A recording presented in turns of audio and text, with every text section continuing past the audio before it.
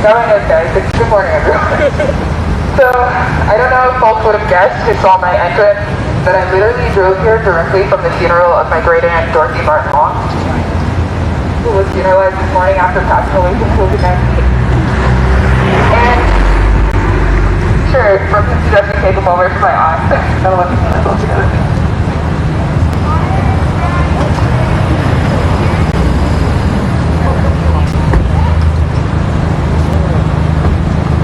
As I sat there debating, whether or not I made the right choice to come here instead of staying with my grieving family, I realized that I wasn't leaving her funeral at all, because a funeral is a celebration of life, and to her, this would be the greatest celebration there is.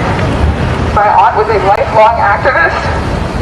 She tutored homeless youth for 16 years.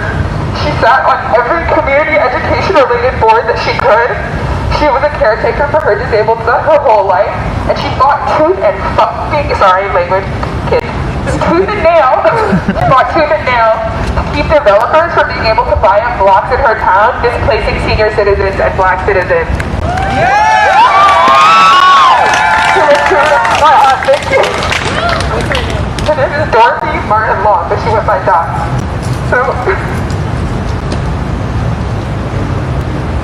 as I left the funeral and I was in the car, I grabbed this last night knowing I was going to make a quick change, and I was like, alright, it's either black or it's colors, it's either black or it's rainbow, it's either black or it's China, which one is it going to be? And, obviously I ended up making the choice that I did, and the reason that I did has a little something to do with the Johnny Cash song, Man in Black. If anyone's familiar, I'm from the South, I like my country music, don't blame me, sorry. But he says, do you wonder why I always dress in black, why you never see bright colors on my back? And why does my appearance seem to have a somber tone? Well, there's a reason for the things that I have on. I wear the black for the poor and the deep down, living on the hopeless, hungry side of town. I wear the black for those who've never read, for the poor and for the sick and the lonely old.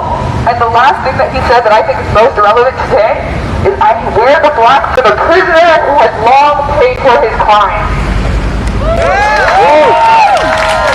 But I just wear black today.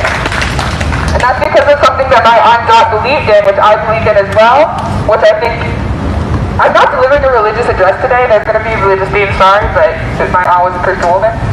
The power of prayer or the power of manifestation. I think people are starting to understand the power of our minds, how we speak our truth into reality. So when Johnny Cash said, I would love to wear a rainbow every day and tell the world that everything's okay, I am speaking that shit into existence. With my outfit. This is a very conscious political choice. I think there needs to be joy in the movement. I think there needs to be service in the movement. I think there needs to be love in the movement. And so I sat there today in my aunt's funeral, wondering about what I was doing with my time when I looked up at the wall. And if anyone here is like church going or grew up in church, you know those little glittery letters that they put on the sticky board in the fellowship hall? There's a little sticky letter glitter sign that said, listen to this, y'all, it said, and I knew I was being spoken to because the sign said, be a radical for Christ. And I thought about that because obviously Christianity has become, kind of tied in with conservative values in this country as a default, but if you look at Christ, he was practically a socialist, right? And he sat with people who were in jail, and he believed in feeding the hungry, and he believed in providing for the many from the few. And so I sincerely believe that we should be radical, but not in Christ necessarily, but in love. And if you just stole my point earlier, I was like, did you look at my notes? You must have looked at my notes subliminally earlier, because when I talk about living and leading from love, I want us to use that as a tool for radically reimagining. What does it look like if we reimagine society from a place of love and from a place of abundance, right? That would look like us taking care of each other. That would look like us teaching each other's children, watching each other's children. That would look like people having housing. That would look like people having health care. What would it look like if we led from love? That is what I thought about when I wanted to hold this event today. What does it look like if we base society around love, not around human incentives, not around private property, not around greed, not around hierarchy, not around white supremacy? Love. Yo, let's go. today, for showing me that I am not the only one who shares this vision, for showing me that there are people who are willing to put in the legwork for our communities, and for showing me that, wow, I wasn't going to talk about this, I wasn't going to talk about the last conversation I had with my aunt, but I'm going to because it's been on my mind. Like, I was supposed to see her in October for her 80th birthday, and it didn't end up happening. And then I was supposed to see her like March 23rd, 1 week after lockdown started.